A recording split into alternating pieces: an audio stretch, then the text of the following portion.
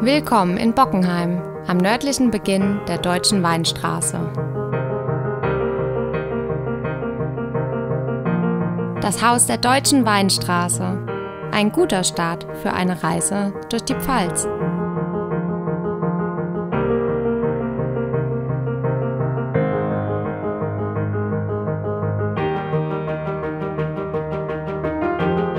Durch herrliche Weinberge, soweit das Auge reicht, Paradies und Schlaraffenland.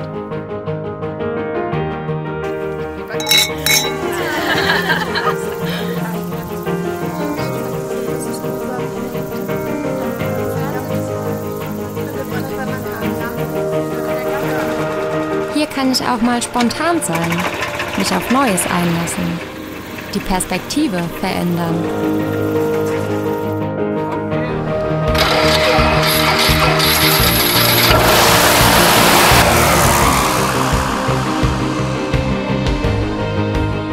Das Rebenmeer grenzt an das größte zusammenhängende Waldgebiet Deutschlands. Unzählige Burgen und Altertümer sind Zeugen der Geschichte.